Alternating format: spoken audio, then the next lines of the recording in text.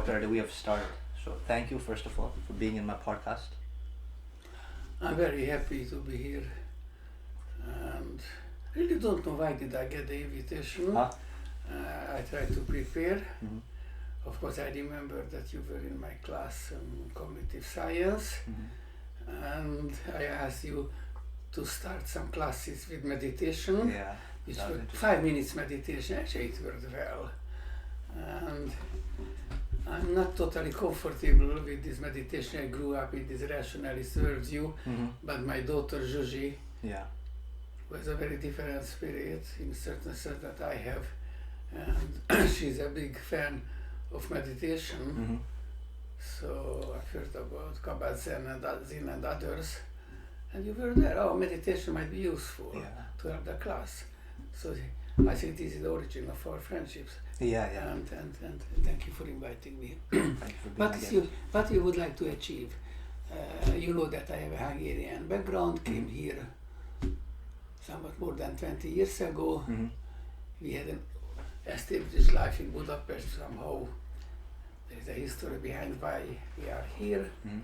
And I know that I'm somewhat a strange professor. And occasionally I heard that, but somehow you took a class with me, and still you know me, and you were ready to invite me. So what you would like to achieve? Could you help me? With this podcast? Yes. No, I think, in a general sense, I think everyone is, I realize these is very interesting. So I think every person, not just you or me, I think everyone is very interesting and has a lot to teach us.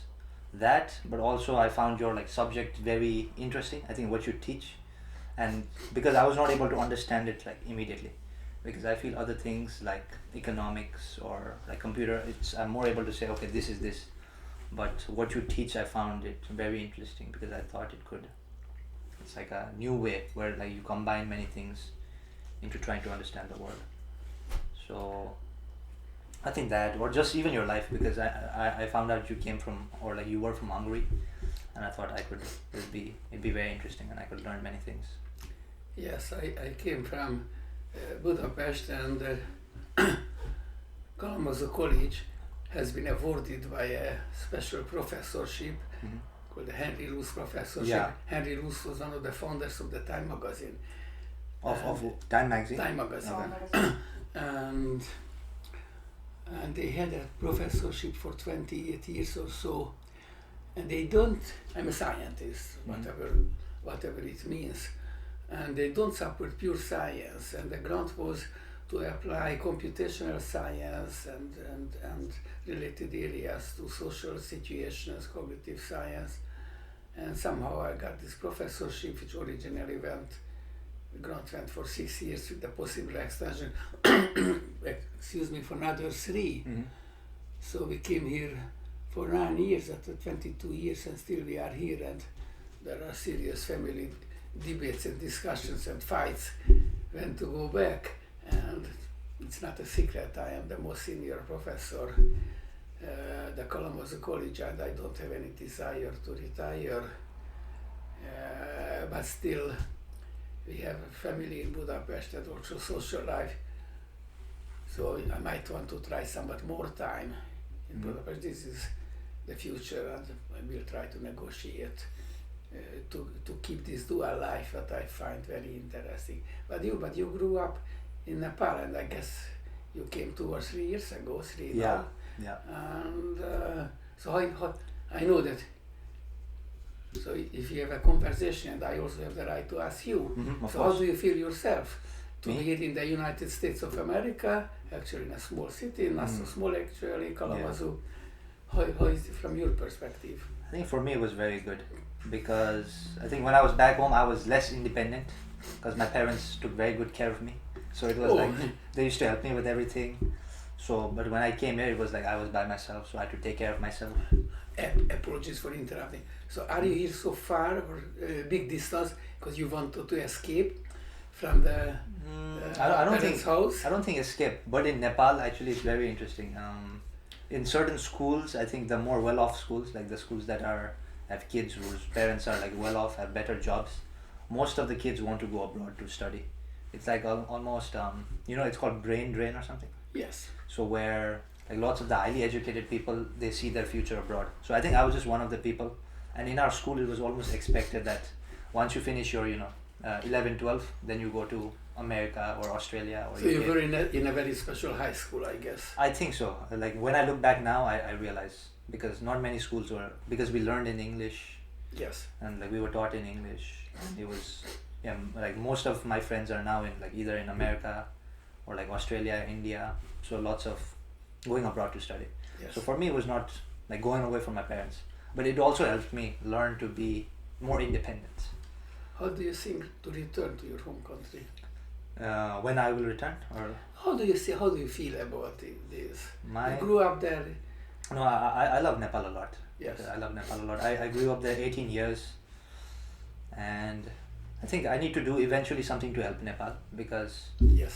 I think my country is more, it can be doing better. I would say we are struggling, but we can be doing better, I think many people have to go abroad for jobs, but it's not even good jobs. Like, in Qatar, Apologies for my ignorance. What is the population of Nepal? it's like 30 million, 30 million. which is like quite like big, I think. Yes, so 3 times larger than Hungary. So Hungary is 10 million, Yes. yeah. But we're surrounded by like India and China, which is like 1.5 billion, 1.5.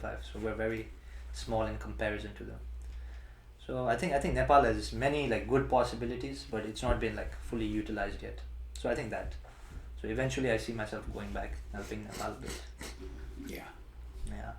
But no, I'm interested. How was it when you first came here from Hungary to America? Because I'm sure it was a big decision, even 20 years ago. I always wanted to get some more experience in the States. I've been here many times in the United States, but always, obviously for shorter time, maybe for a month. And I never been in a small college. I didn't have the faintest idea what does it mean, liberal college. I visited big universities.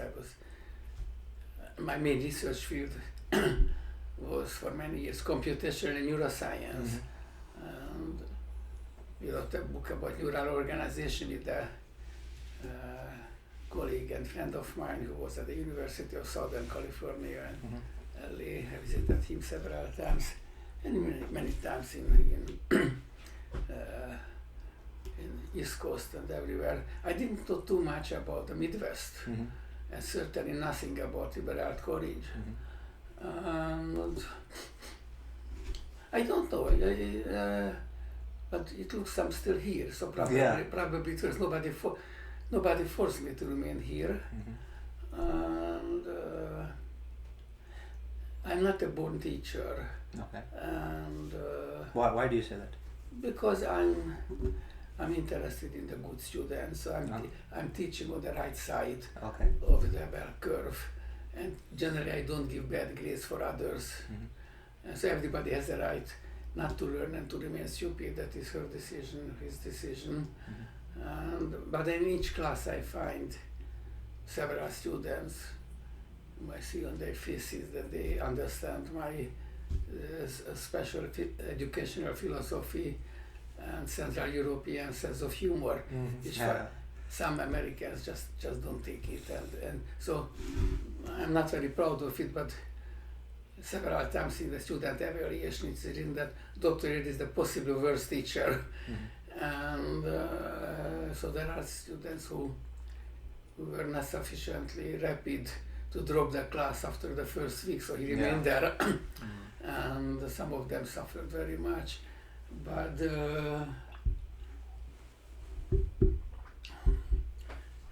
later some of them realized that it's not so bad. I'm very proud. You might know that some of my former students from the year of 2009 established an interdisciplinary fund I think you told me. for complex systems. And in one of their private mail wrote, we learned something 10 years earlier, and we were able to use 10 years later we realized that it's important, and it made us rich. So we are able to know to invest and to give back something to the college, and specifically to support the spirit as Dr. Erdi taught us. And so that was totally unexpected. So thank you, Brad Flaugher and others, Trevor Jones, and they were together, and Jerrod and Griffin, and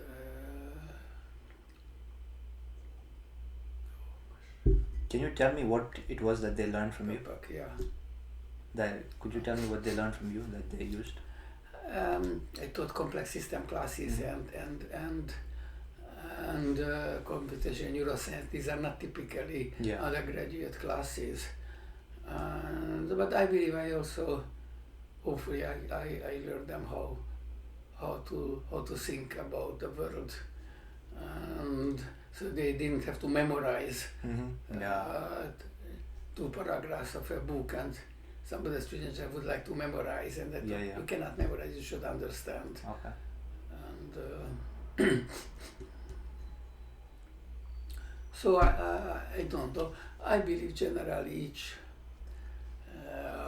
year maybe 4 or 5 students learn something from it. Altogether during the 20 years it's 100 students, and not so bad. So I'm somewhat proud of it. But I'm not.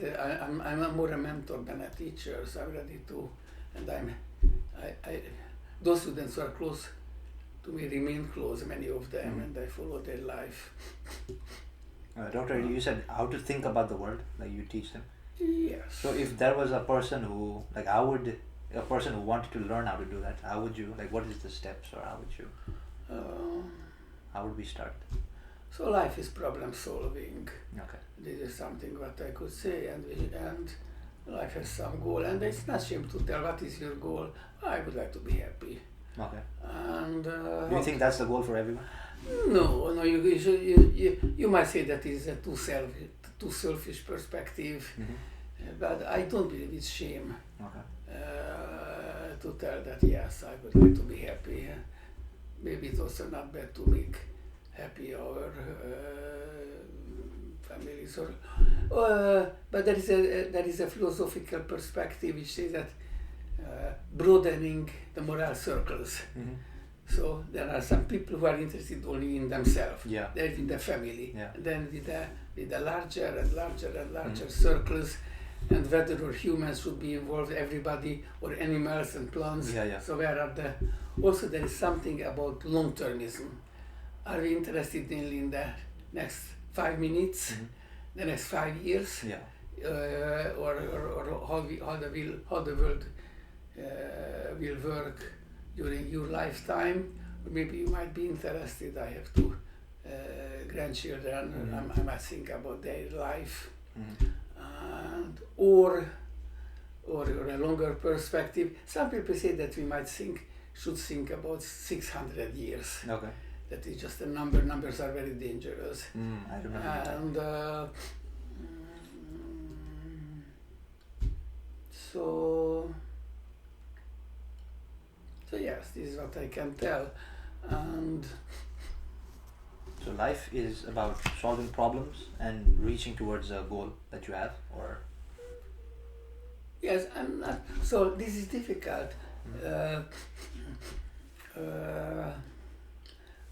I consider myself a successor of a school that people don't really call the school of cybernetics. Everybody knows this word cyber, but cybernetics itself is not very well known. That was an intellectual. There was a huge bestseller in the 1948 by Norbert Wiener, who was a mathematician prodigy, but wrote a book without too much technical difficulties, with the title Cybernetics. And the subtitle was the communication control in animals and machines, which means that animals and machines might have a common theory, and the common is that they are somehow goal-seeking systems. So, which assumes, in order to live, we should be able to find a goal. And very interesting, Norbert Wiener was a mathematician, and every mathematician who was who worked in the beginning of the Second World War held the military. So it was a goal. Here is a airplane of the enemy, and he was how to find. Of course, the airplane tried to make some random motion in order to avoid to being shot. So that was a very nice mathematics, how to find a moving target, which is a goal. And from this anti-aircraft algorithms and devices, a huge theory of goal-seeking systems evolved, but we basically call cybernetics. And then it almost died out 10 years later. And now there is a tacit renaissance. I'm just finishing about a book with the subtitle with the title Feedback and with the subtitle How to Destroy or Save the World. And look, now everybody knows. Either we are now in this is the best possible world. Everybody has now technological devices as phones. We cannot deny that whatever we are thinking about, the big pharma, still they produce drugs, and people live a much longer time. And roughly speaking, we are more healthy, and not only in the wealthy countries, but more or less everywhere. People everywhere have no cell phones. I don't know whether it is good or bad. And so one idea is that here is the world of prosperity, but there are tendencies and beliefs that gosh, something catastrophic might happen. And there are research groups and institutions, one in Stanford, one in Cambridge, United Kingdom, research for existential risk. And there are some numbers, I repeat again that numbers are dangerous, that the probability of having a big catastrophe, maybe having the extinction of the humanity, might be 1/6. These are numbers, so once again, don't tell me that I say it, and it's very difficult to calculate. So it might be prosperity or the total extinction of humanity. But my starting point is there is a very narrow borderline between the two. It might be, we might go to this region or to this country if you wish, and it needs a very fine control problem to avoid the negative pessimistic trajectories and to leave the world towards prosperity. And technically the concept is what we could use is the feedback control, which was elaborated by Wiener. So when I tell the word feedback, that is not a class, you don't necessarily have to answer. So what is in your mind? What type of feedback, what you can imagine? What do you have any knowledge or I think the way I understand you're putting it, in my interpretation, it's like everything, like our body is also a feedback system, right? So if my body gets too hot, my heart starts maybe, or like blood goes away from my skin or something, and then I start sweating. So I think it's like feedback in terms that is related to thermoregulation. I write something about thermoregulation in this book. So there are two types of feedback. Negative feedback and positive feedback. Negative doesn't mean bad and positive doesn't mean good. The characteristic example, textbook example of the negative feedback is the thermostat. So you want to set the expected temperature, say 68 Fahrenheit, and then you measure the actual temperature, so it's lower, so turn on the furnace. And it goes up, 70, you should turn off. And then this feedback stabilizes as a stabilizing effect to stabilize the temperature close around, what was the number, 68 Fahrenheit. So stabilization. And the positive feedback means I played a game in the complex system class to teach it, but I don't Yeah. do anymore, and I will tell you why. I might have told you. So we play, yes, and you should answer no, yes, No! yes. No! So then I see shouted more about. Yeah. But then 1 year a colleague of mine, I think Dr. Tobosny, came. Peter, what happened? Did you kill each other? No, we are just playing. I just explain how the mutual excitement and mutual activation goes to the explosion of the world if you don't have any mechanism to make some inhibition.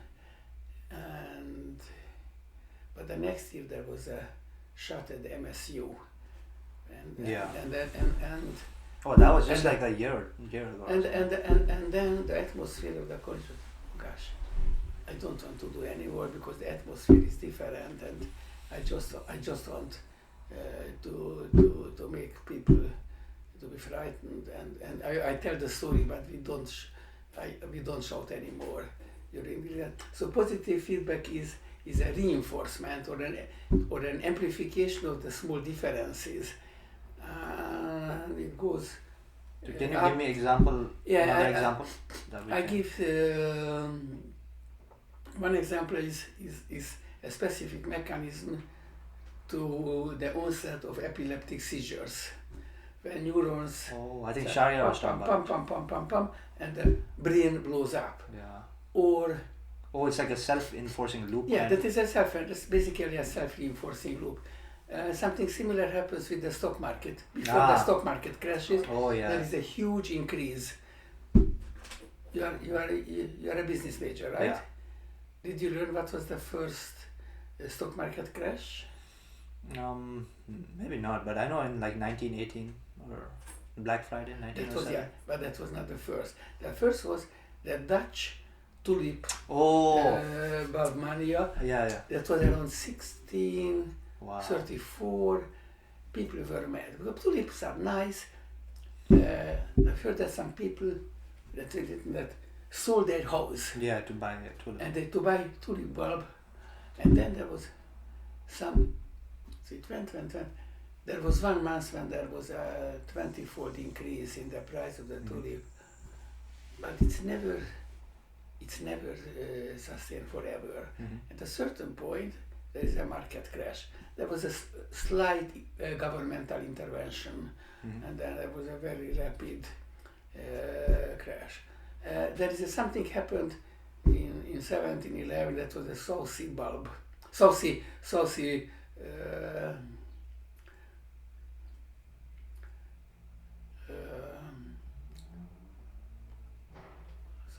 Somewhat I forgot the word. This is simple technical word. What we use when there is something. No, yeah, but there's I'm just getting younger. Yes. And actually, Jonathan Swift used for the term, and she myself, and will come to my mind. And then what was mentioned, the Black Monday in 29th of October 1987. So there is a big question whether or not we are able to predict. Specifically for the Black Monday, at least theoreticians saw much later, but it's called backtesting. If you have a model, if you have an algorithm to predicting, first you should show that it worked from the distant past to the not so distant past. Didier Sonnet was a geophysicist in Nice, France, and he elaborated methods, that is a slow seismic activity, to predict eruption of earthquakes. And then he transferred this method to stock market crashes and wrote a bestseller, How the Stock Market Crashed, I think in 23.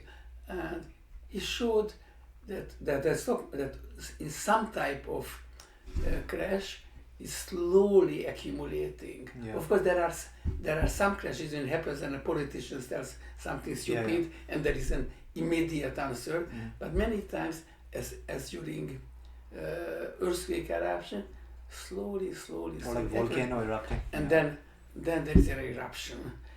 But if you have a careful analysis of this, and now we have methods and algorithms, then you are able to make some prediction. And there is a large school, prediction of extreme events. But of course, prediction is very dangerous. Yeah. For instance, there was an earthquake in Italy maybe 10 years ago in L'Aquila, and some geophysicist wrote a few days ago, no, there's no danger, and you don't have to leave the city. Gosh, it happened. So then there was a question, should the society send the scientists who made a bad prediction to prison? And at the beginning that was the chance that they should, but finally decided nobody will make any predictions if they will go to prison if they make a mistake.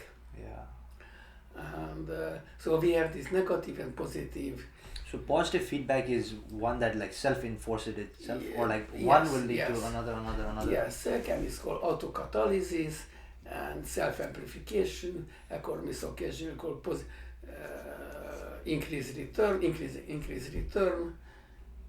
Brian Arthur is a... And negative feedback is one where... It's a stabilization. When it's eliminate the differences, if it goes too far from a prescribed value, then there is a counter mechanism which feeds back.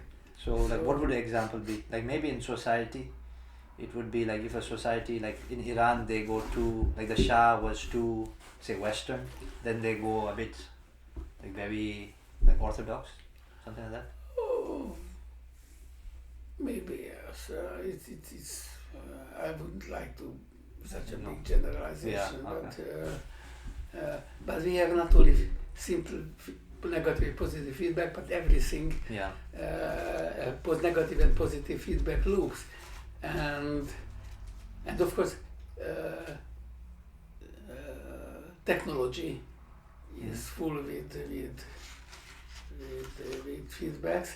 There was a very good paper written by a colleague of mine at University of Michigan, Dennis Bernstein, The Invisible Hand of Feedback Control in the History of Technology, and he showed that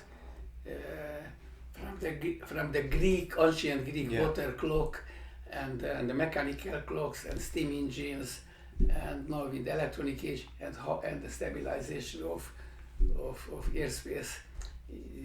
So we have more interestingly, which was not in the book, but there is an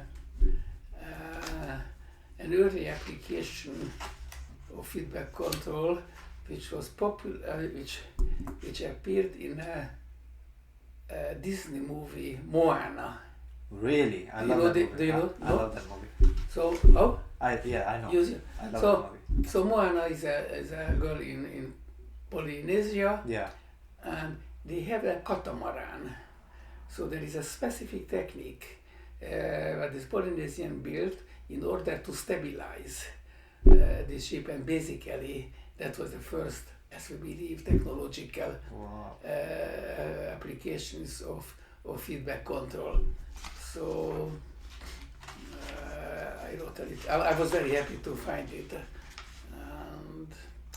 and of course biology is full with controls. You mentioned thermoregulations and blood sugar regulations and generally homeostasis. Yeah.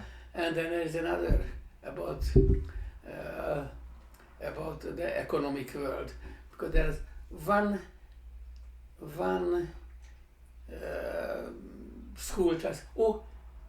We should let economy work, and the best is not to make any intervention. In the modern is the Friedman. Milton Friedman's approach.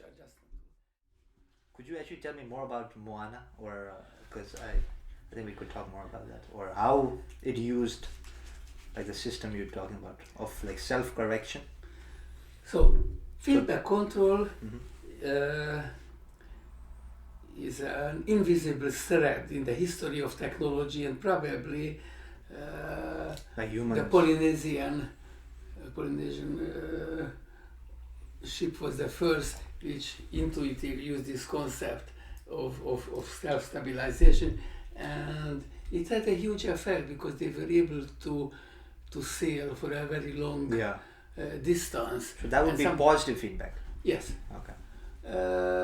Actually, both. Both. And negative feedback in that sense that they provided the stability for the boat. Do you know how it worked or what it was? Like what kind of system did they use? So they had a ship, and then there was a second part. That is the modern technology. Modern term is called catamaran, and they neutralized the effects of the big waves. And they were able to sail for longer.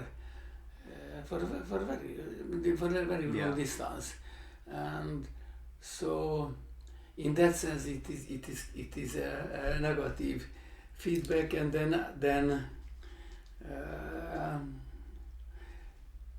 but some type of feedback control mechanisms were used in the mechanical clocks, the steam engines, generally in electric devices, in the aeroplanes, and. But briefly, you mentioned economics, and the age-old question is whether, as the French physiocrat that called the laissez-faire, so let's economy work as it is, and whether or not we need feedback control, and I found very important that the former chairman of the Fed, Greenspan. I always believed that the economics has a self-regulatory system, and it turned out I was wrong. That he told in 2008 when there was the big financial crisis, and so some regulation was missing in the financial system, and it looks that is the financial system is inherently unstable, and called the Minsky hypothesis, and we need some more regulations. But I think some people argue it's because of like too many regulations also. Yes, I know, but I belong to this camp who believe that humanity has not found any better suggestion than the democratic institutions, and they should have some power of control. And so recent concerns emerged that the financial power of the few can be converted into political and even a legal power. Look, I'm an old boomer. I leave it for the Gen Z to stop and reverse the negative spiral what we have. And I know that you say that, okay, boomer, you screwed up the world. I have a okay boomer t-shirt. I was thinking to wear it. I might have done it. So I don't want to tell that when I told that life is problem solving and we left you a lot of difficulties from climate. I don't like to say climate crisis, but certainly difficulties with the climate and social and financial inequalities, and we have this whole problem with the post-colonialism. But to do it, I don't want to say that we solved all the problems. There is a lot of difficulties. Look, I hope you will do much better than we did. Do you know there's a writer called Nassim Taleb? Yeah. And he talks about like black swans, or like, and I found it similar. Yes. Because like in the financial institutions, what I think is, in my opinion, is that, you know, people who do these things, they can profit from them, but they don't suffer the losses. Black swan is just popularized the concept, but in the mainstream science called like tails? Related to the power law distribution, which is very different from the Gaussian distribution or the bell curve, which is symmetric. And in the pop culture occasionally called the 80-20 to 20 rule. Yeah. That Pareto or something. 20% of people owns 80%. Now recently it said that 1% owns. Yeah. And so, but this Poirot distribution is everywhere. Say a few percent of people in a community speak the 80% of the time, while the others never tell a single word. And so that is universal. And Mark Newman, a professor of complex system at University of Michigan, wrote a very highly cited paper about the Poirot distributions about 20 years ago. Gave a lot of examples how Poirot distribution occurs everywhere, and gave a couple of mechanisms how to generate Poirot distributions. Too technical. I would leave the details here. Yes, so this is about feedback control. Maybe if we are here,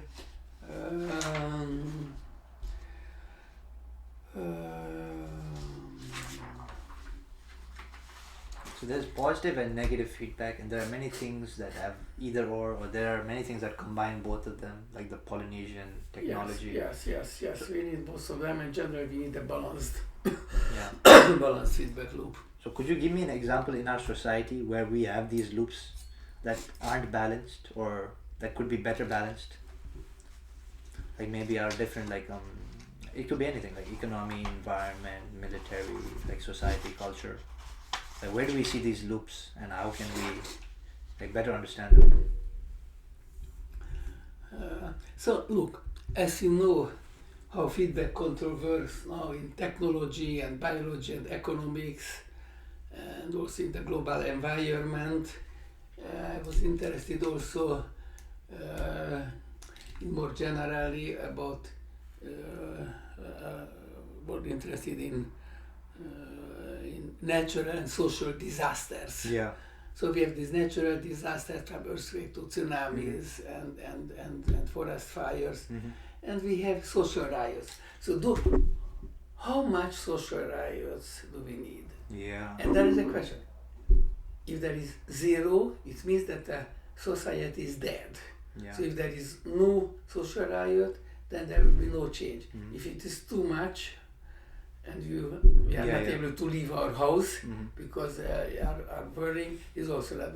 So this is also something. Amount. So I analyzed that is also unbalanced, and somehow there are two different factors. One which initiate riots, and other That which somehow which a damping effect. And probably the same is true for migration. Yeah. And zero migration would be a very dead society. Yeah.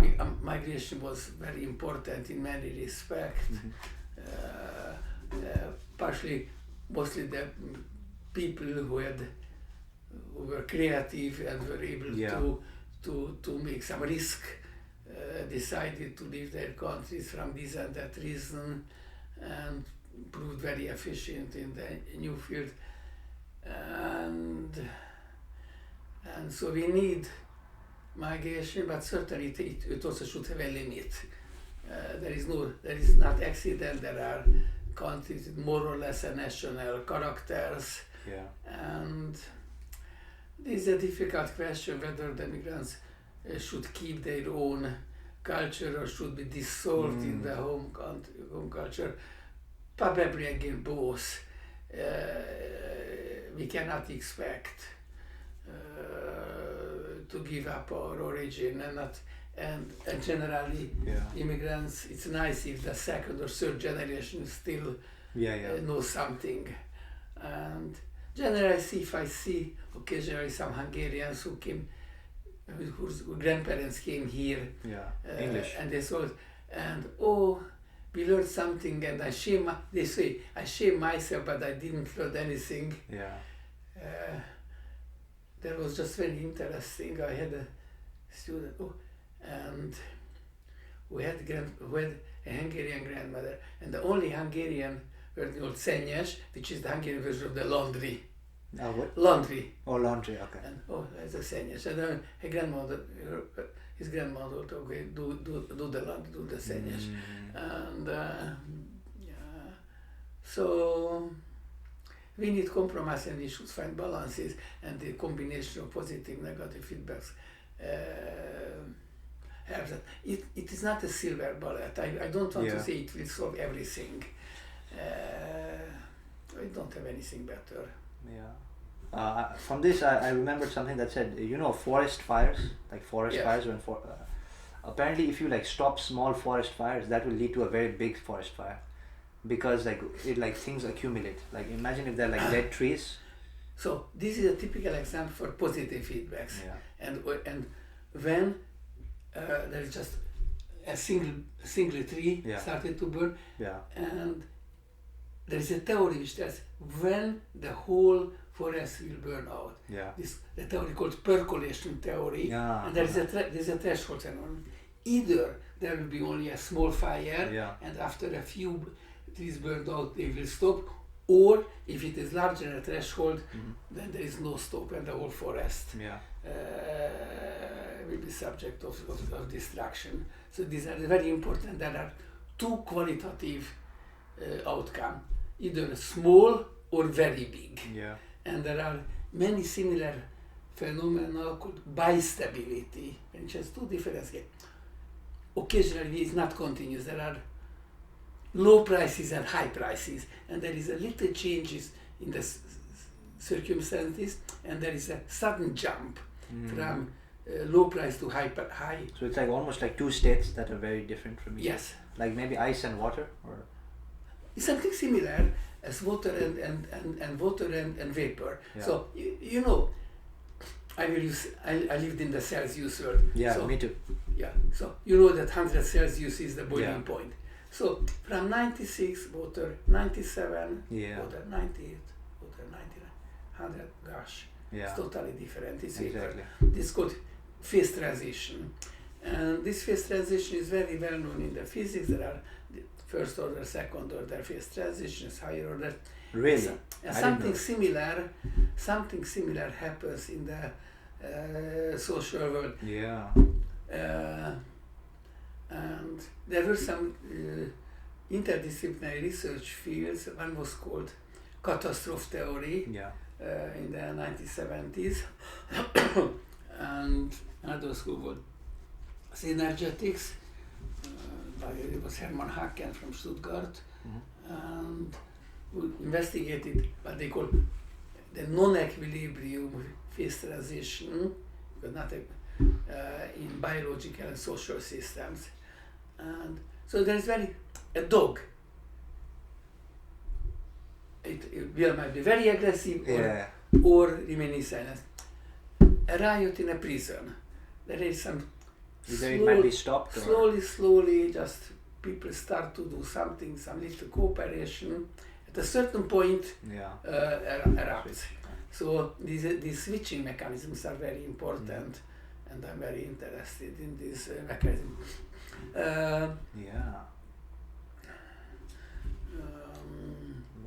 I think it's like, I think I agree. It's like probably in bamboo too. I heard bamboo is like for 5-10 years it just stays, and then in like a few months it goes back. Yes, something similar.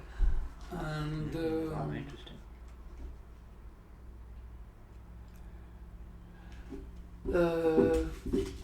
Maybe I would tell you, if you don't give questions, that at a certain point in my life I got some critics. What I'm doing is not big science anymore, and it's time to stop scientific research, and I always thought I would be able to write bestsellers. So I got some gift to learn in a writing school in New York, and now during the last several years I wrote 3 books, and the first was The Ranking.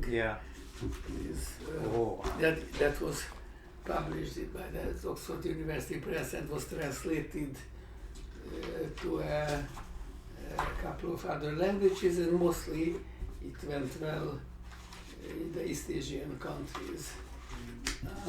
So, okay, I go to the school and I should find out what should be the subject of my book. And then one morning I go, ranking. If I don't write this book, somebody else will, because everybody is speaking about ranking, and I'm somewhat disappointed that it did not become a big bestseller, but some people it should. But it depends on marketing. So that, as Laszlo Barabashi, the famous network said, the success doesn't depend on you, it depends on us, so the others. And so one idea was that ranking begins with comparison, and we like very much to make comparisons.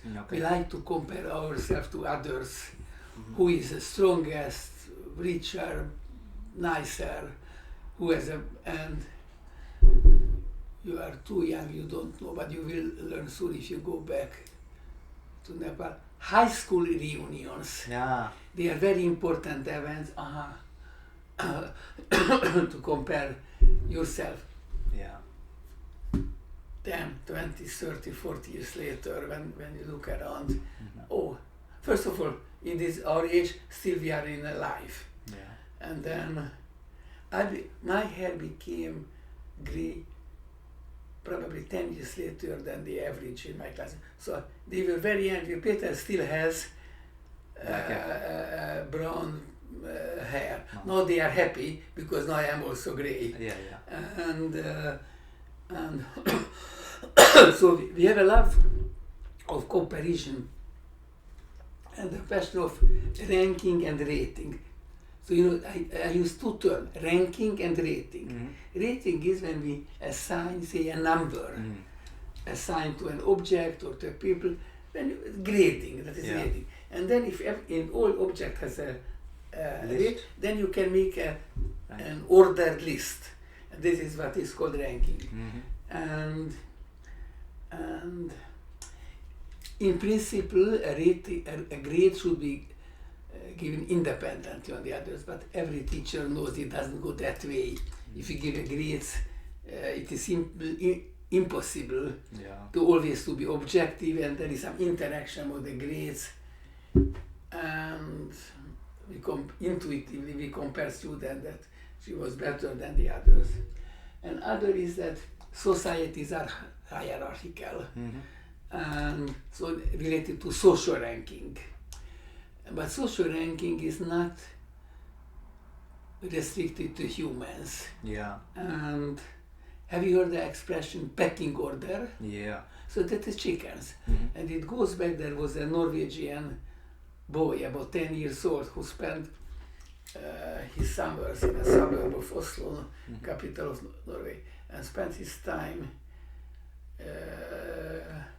to observe a poultry court and how chicken behave. And it turned out that he realized that they made the mechanism. That there was a stronger chicken give a peck to the others, and then the next time, he is stronger, I will not fight with him anymore. For the whole community, this is a very good mechanism to save energy, because they don't have to fight again. So everybody learns his place in the community. And of course, from chicken to humans, that is a big step, but still we have this some kind of pecking order mechanism. And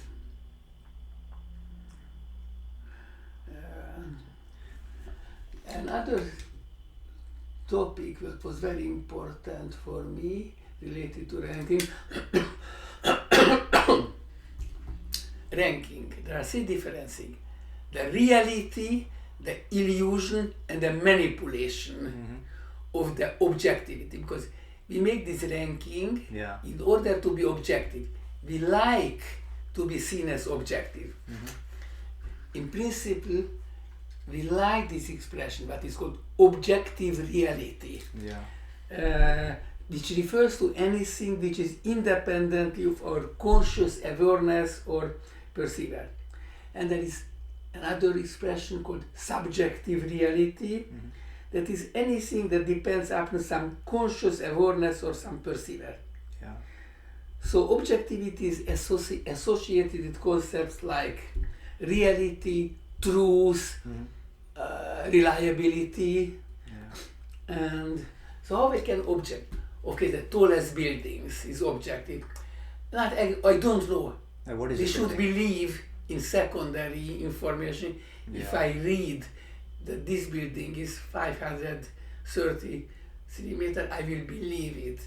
That this information is correct. So we are ready to accept the source of information found on the web is more or less reliable. And 100-meter running, this is more or less objective. Start will be the first. It's not exactly, there was a very interesting story that was swimming, 100-meter freestyle swimming in Rome, that was the Olympics in 1960. And there's a strange story that was before the electronic clocks. So two juries saw one person to be the first and just one the other, but the time was shorter for this. So at the beginning they told that who is the winner, and 30 minutes later they came out with a different order. So even the objectivity here is difficult. And there are at least two different reasons why we may not have objective in our thinking. One is that we are ignorant. Why we don't remain objective? We don't have anything, or don't. And the other is the manipulation, and so ignorance.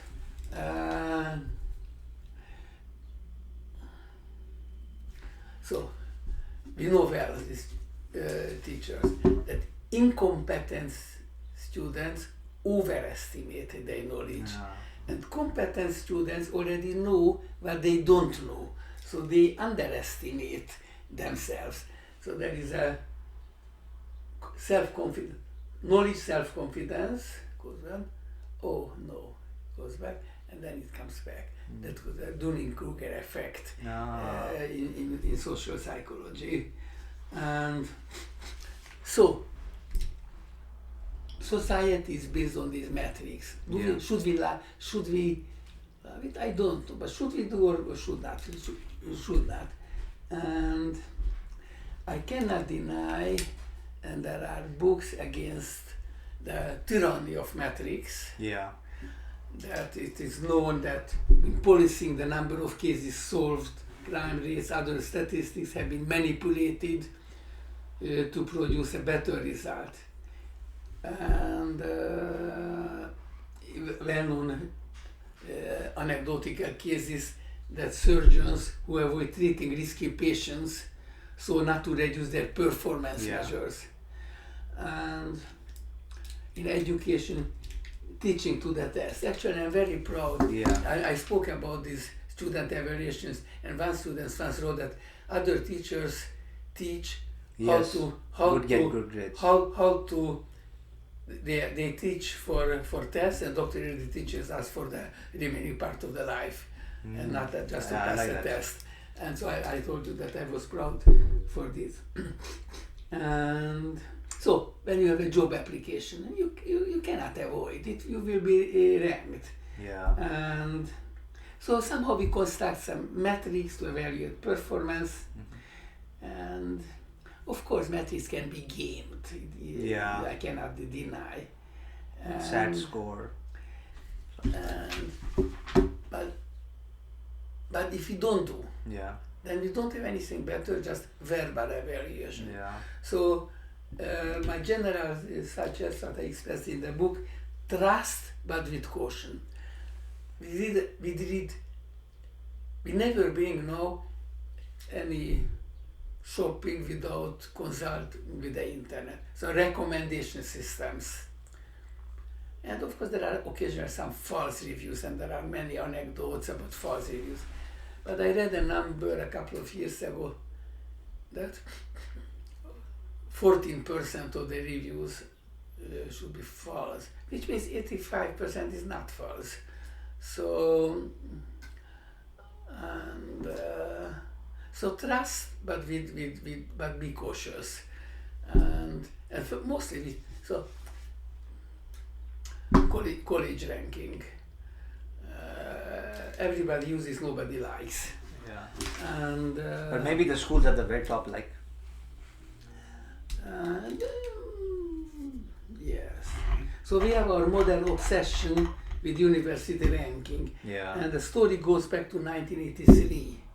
That was the US News World Report. Mm-hmm.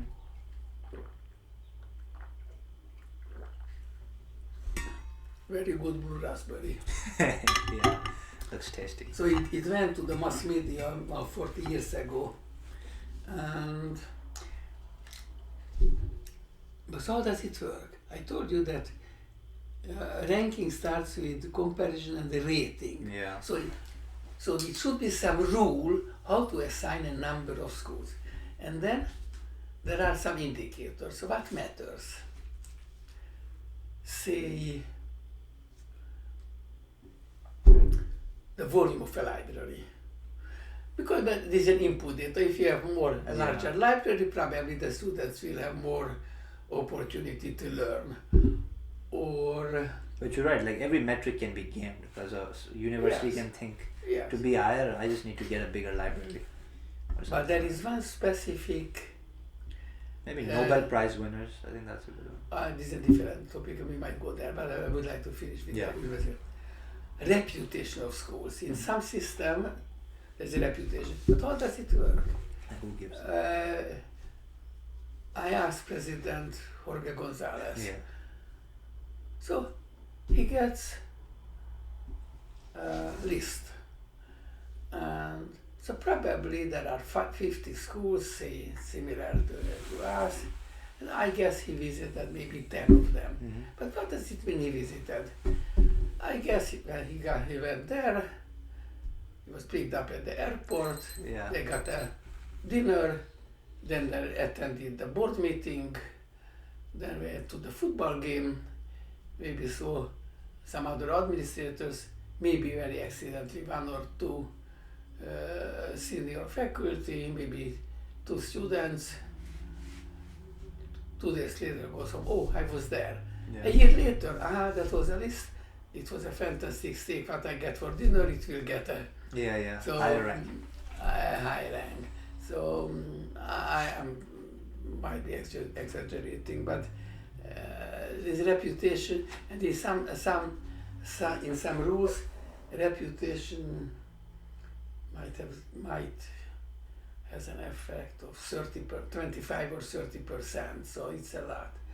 And so we don't know anything better just to find indicators and to find some weighting factors, which matters more.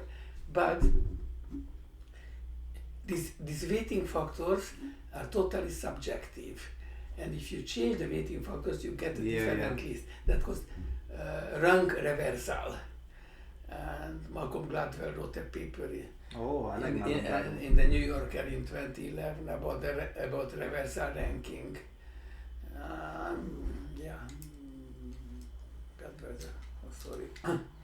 And we also play always this game when we're recommending students for the graduate school. Mm-hmm.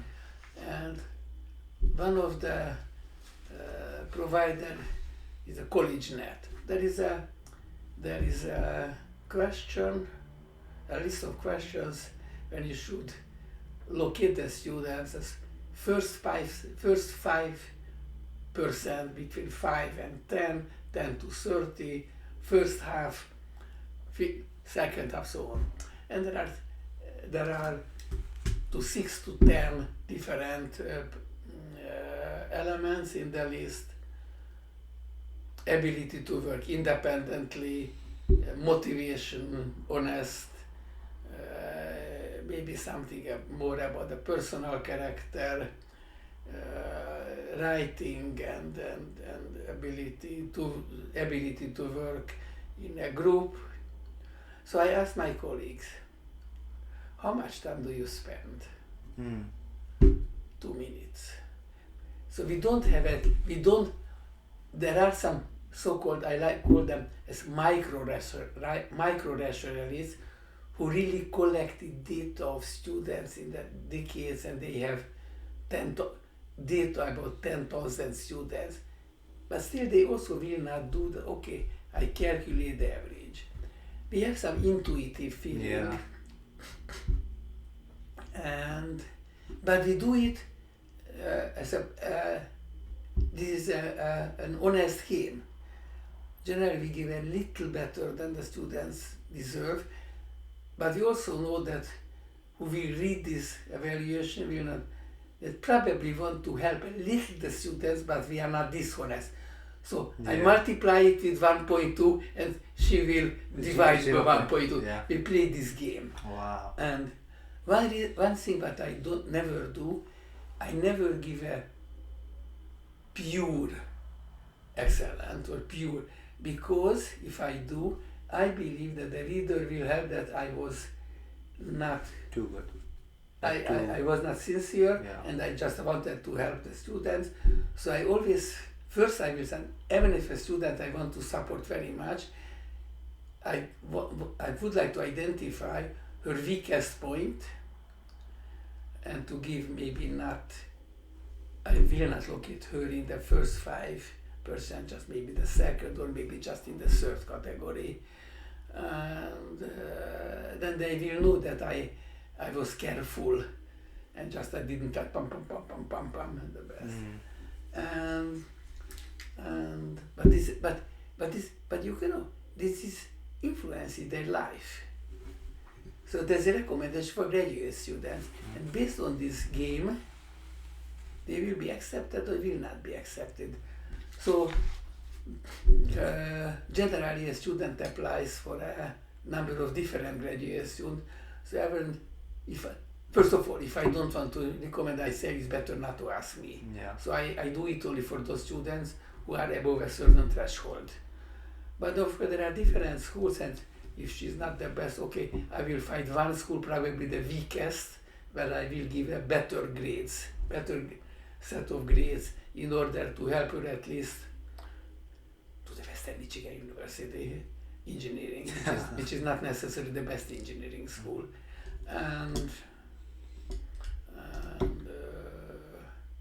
But maybe I will not give the same grades when he also applies to MIT. So I take, this is influences their life and how to be known as him. But we don't know better. So still, should we do it? Yes, we should. Even if we spend only 5 minutes to spend this work, still it's better than a verbal evaluation. Additionally, if you do verbal, then you can transform to numbers.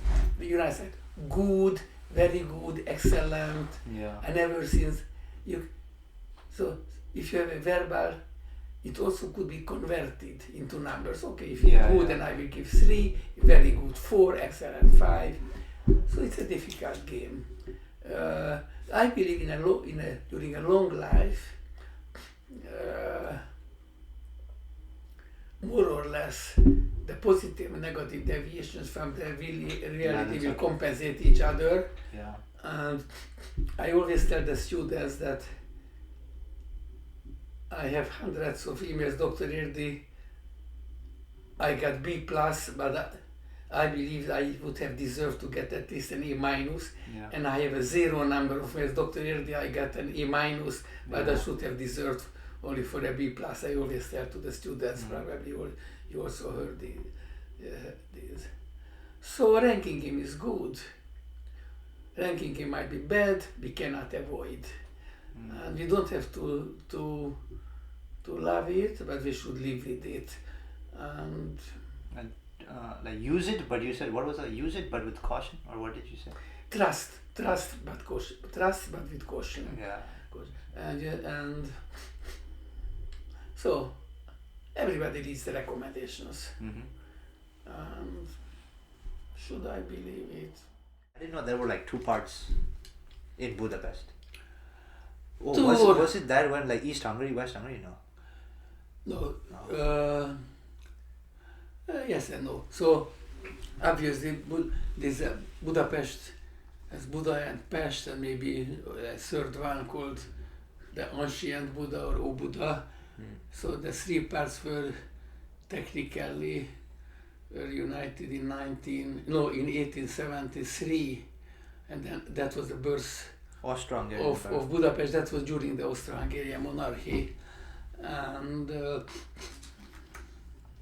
so Pest is flat and Buda is hilly, separated by the Danube, and Pest was most the commercial and cultural center, and Buda was much green, and it's changing in every respect. And I grew up in Pest, and in the commercial center. And commercial, cultural, and educational center, and maybe we had one distant relatives in Buda. So I don't remember how often. No, I went to Buda. I went to when we had family excursion to the hills. Yeah. And I believe that's all.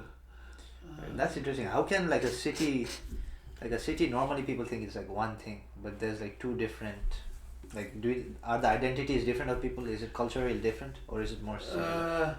At that time, more important in my early childhood, the Hungarian soccer was very good. They were very good. Hungarian team. But there were at that time in the first league there were 6 teams from Budapest, and I believe all the 6 were in the Pest. Wow. All the fields were in Pest, yeah. And there were some soccer fields in the second league in the Buda part. And yeah.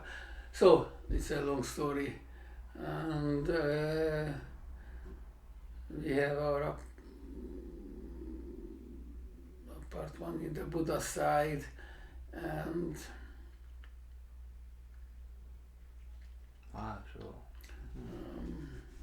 That makes but sense. still, I feel myself that I grew up in Pest, and still more interesting in many respects. Okay. And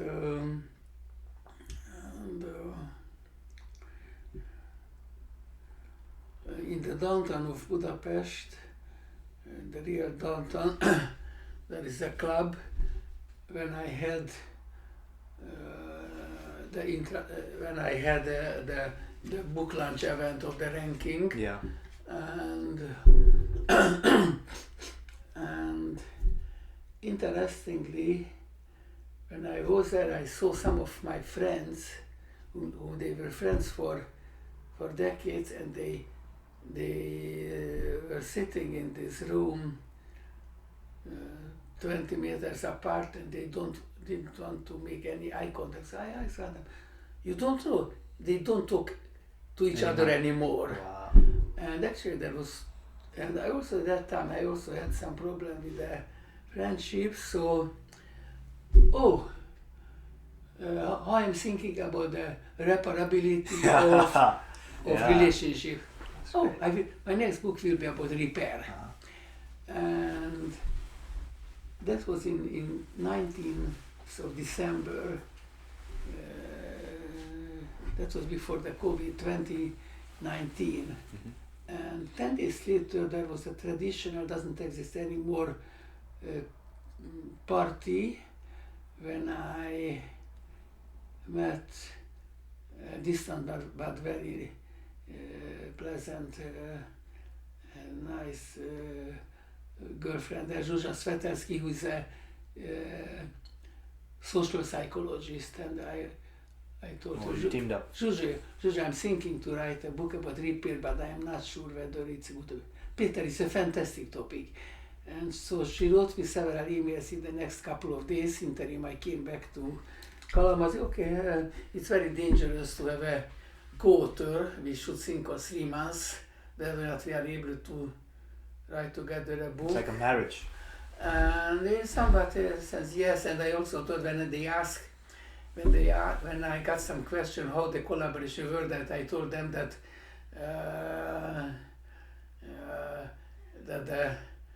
the rooms of the writers that is so secret as the bedroom secret. So I don't want to tell how did we write the book. We had a lot of conversation, but I like my own writing style, so I converted her text into my language somehow.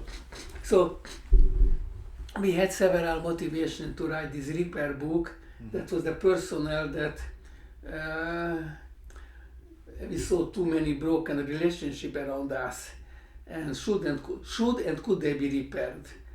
And the second was very global. So we see something went wrong with the world.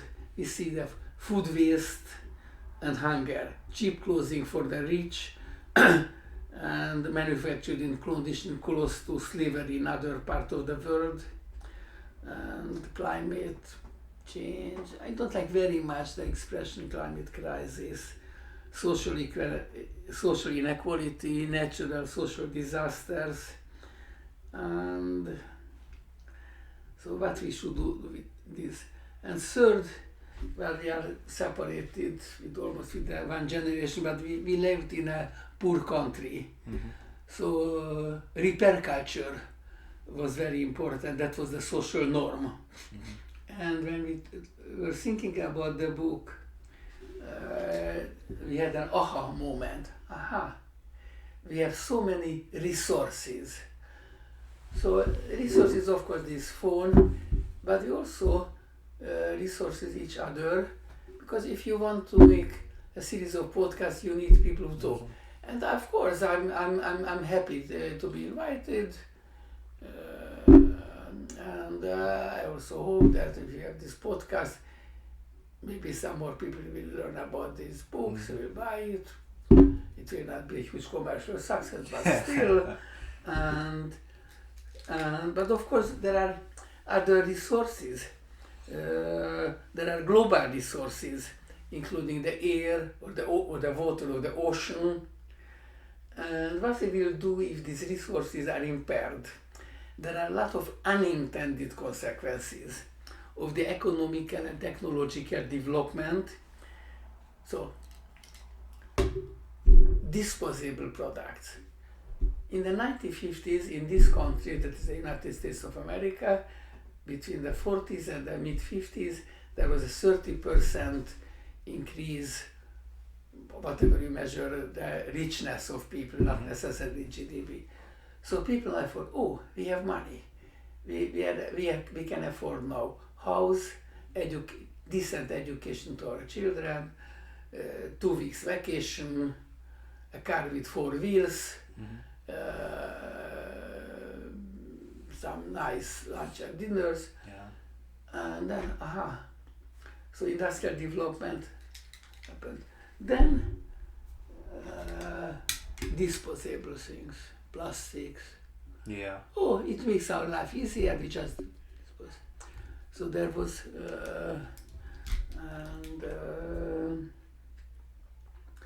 so people, at that time people didn't think about the further implication related to the environmental crisis. And so we thought there are very different resources, and the repair is a general resource management strategy. So repair provides people with many positive opportunities, we think, to live happier lives. Because and do you know in Nepal the word in the Japanese called kintsugi? Kintsugi is a Japanese way. So this is a, in the Japanese tradition, I guess Nepal too, tea is very important. So there is a tea ceremony, and there's what's happening if it breaks. In the Western culture, we throw out, and they put a golden stripe, and it tells, it's not a shame. This cup has a history. It tells it happened, and this is the kintsugi, might be called the golden repair of failures. So it's a way of fixing objects, mending things like teacups or bowls with a gold filling. So they don't want to deny there was a breakage. It emphasizes the beauty of recovering from them, and it acknowledging the history. So when you see the golden rivulets, you might think of imperfection, but no, but it's not imperfect. That is a plus. That is a cultural gain. So there's a new relationship to object, and I find it's very important. That I have been, previously I've been many times, maybe 15 times in Japan, and I know only just a few characters, and slowly also start to forget them. I don't well, but still I was very influenced by the Japanese culture, and interestingly, my books go very well, much better in commercial sense, mostly in Japan, but also in Taiwan, maybe also in Korea. So you said there were two things, like should we repair them and could we repair them? Should and could. Should and could be repaired. So how do you decide when something should be repaired or something should be discarded? So some people mean that it's a simple calculation because there is a cost of buying a new things, but it's not a simple calculation.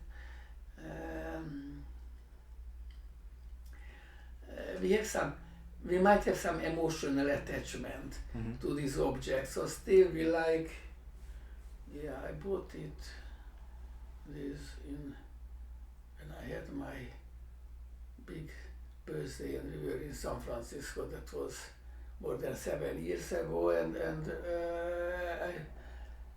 I really only when there are special opportunities when you make this podcast with me, but I like to preserve. And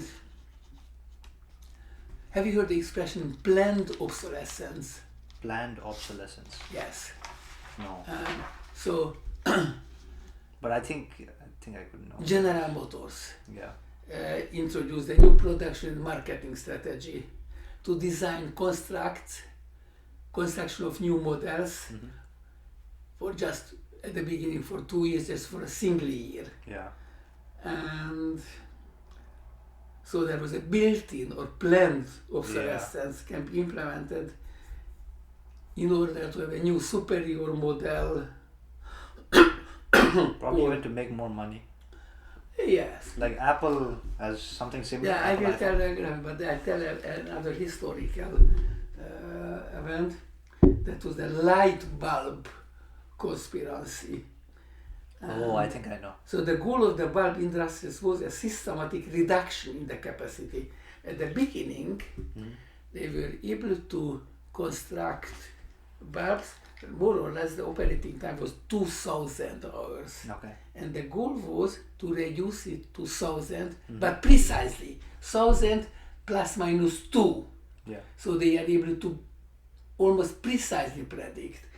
And there was a cartel, Phoebus cartel, General Electrics, Tokyo Electrics, big European companies, the Germany's Ostam, Netherlands Philips, the France company, the Lamp, there's a famous Hungarian company, Tungsram, the British Associated Electronic Industries. They make a cartel. In principle, it should have worked for 25 years, but the Second World War came, so they didn't have it. That was fantastic. So the industrial researchers were paid to reduce the duration, the life duration, but to make it more reliable. And yes, we have now, which is strange, that this business model with Apple and others for that we throw out devices when a battery goes down. And there is a movement, right to repair, which is increased very much. The European Union certainly accepted some rules, and here I think it goes in different states, it goes differently, but I believe well, 2 or 3 years ago when I checked, maybe 25 states already had some give some right to the consumers to open the devices, and so it was obvious this is part what he called the throwaway society, and what about in a larger scale, in terms of like countries or organizations? How do you decide whether you should repair them or like you should discard them for something new? Like United Nations or like a certain country, dictatorships, something like that.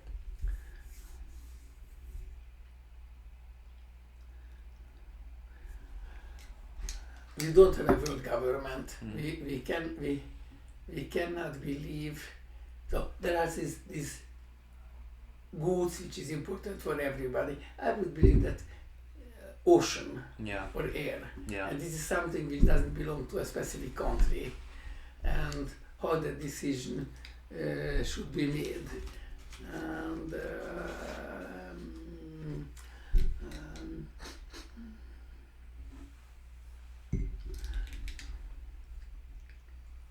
do you know the name of Erin Ostrom? She was the first female economist who got the Nobel Prize. No. And she made a lot of field work, and she has some design principles that even communities are not.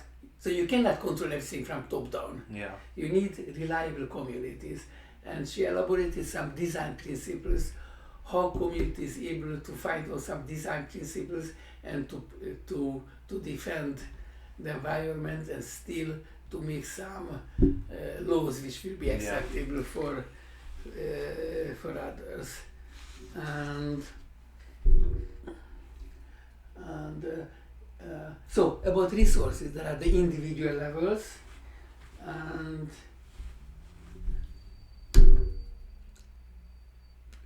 it was something unimaginable in my childhood.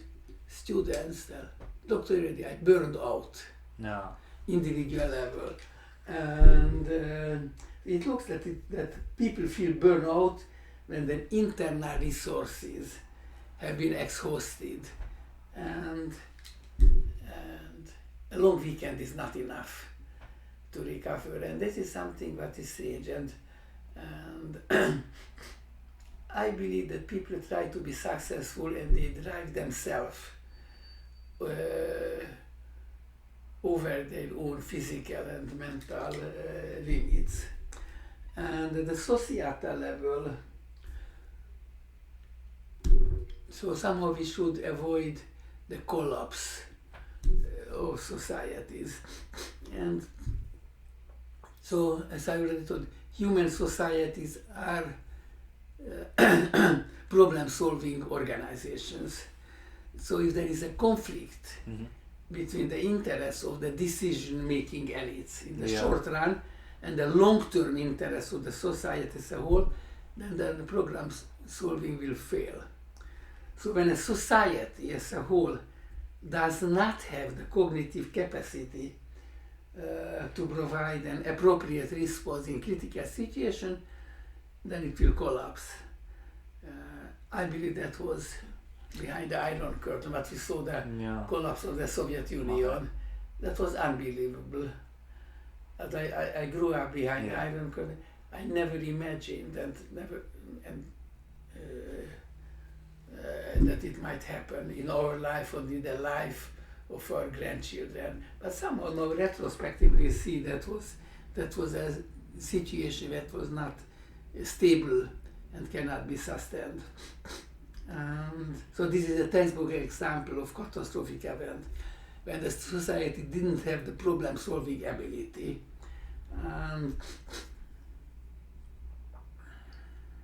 So for such kind of catastrophe that don't happen very often. Yeah.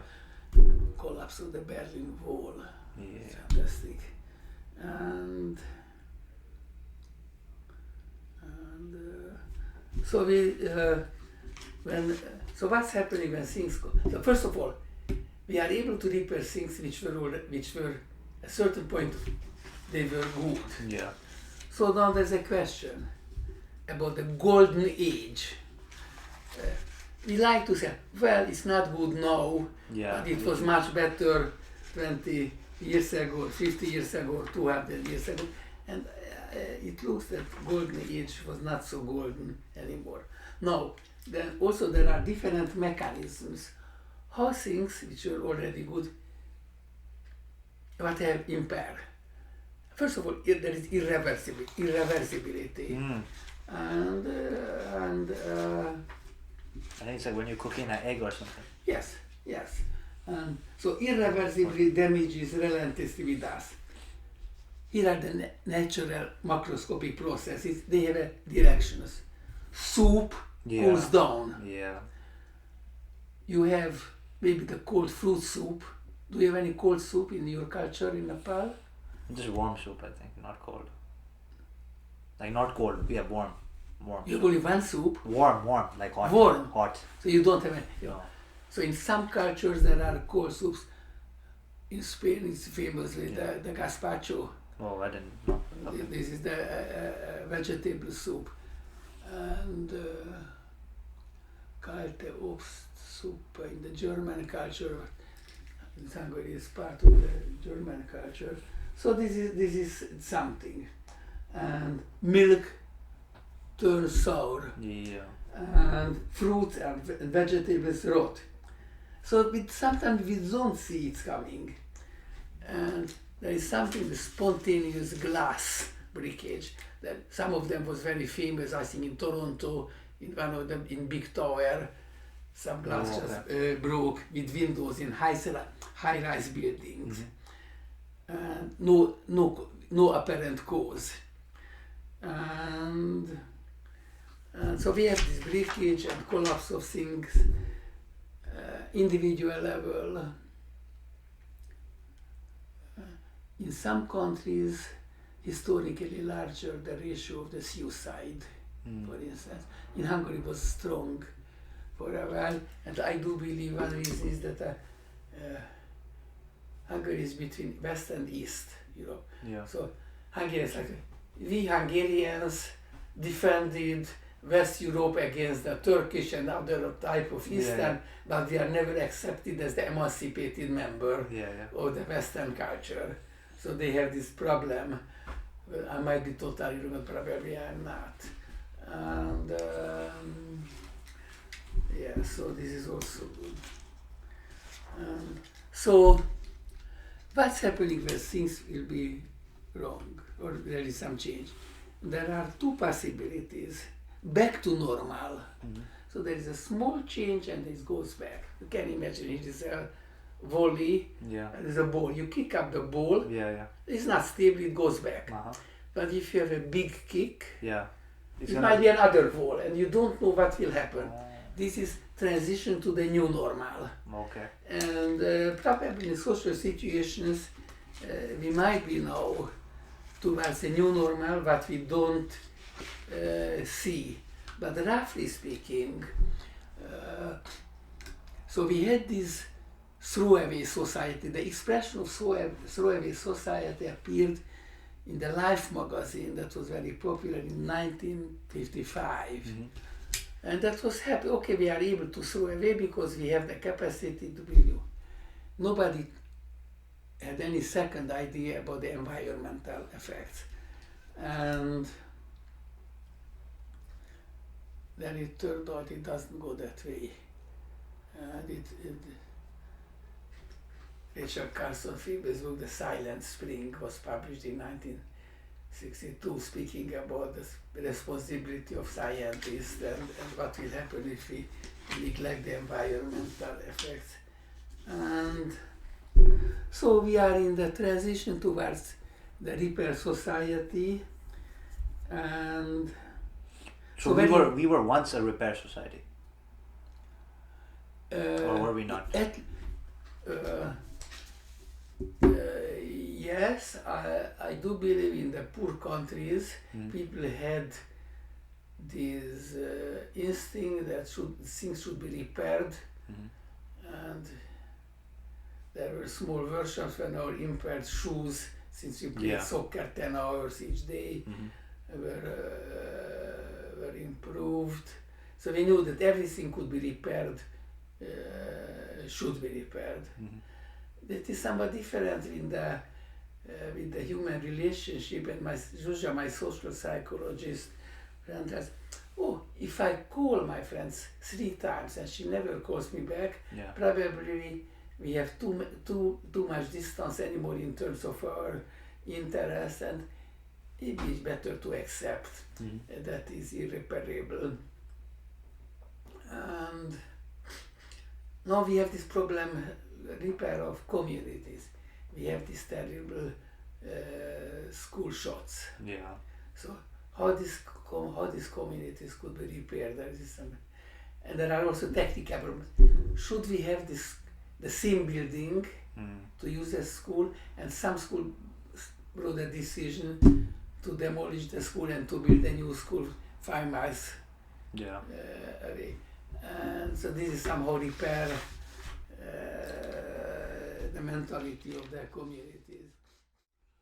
So do you think that we should have some conclusion? I think so, some conclusion, because we talked about 2 things, right? We talked about your first book and your second book about repairs.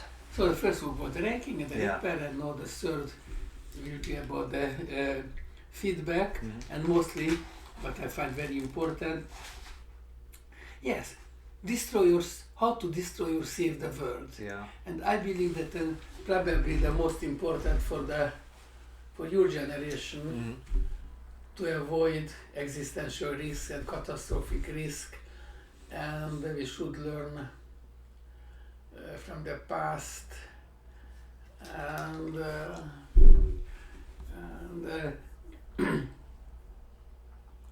so we don't have a direct answer for this question, but there are stabilizing and destabilizing mechanisms to keep the world safe.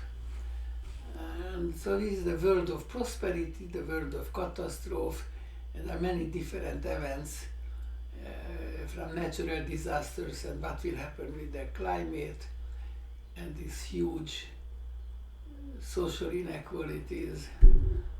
And slowly 20 years ago there was a famous book of Thomas Friedman, The World is Flat, which suggests that earlier there were huge inhomogeneities, and now everybody has cell phone, but still the world is not flat. Mostly we learned how the COVID was treated in different countries, and how Africa was so poorly treated, and still we have malaria. And this is a very interesting story, because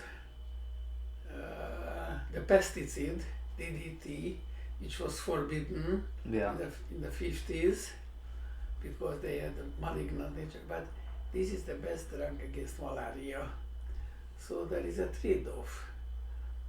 If you want to treat appropriate malaria, then we take the risk that there will be more pesticides in the environment. So we should know there are no clear rules. This is the good and this is the bad. And this is my main message, that we should have some balanced view. Since we have the stabilizing and destabilizing mechanism, we need both.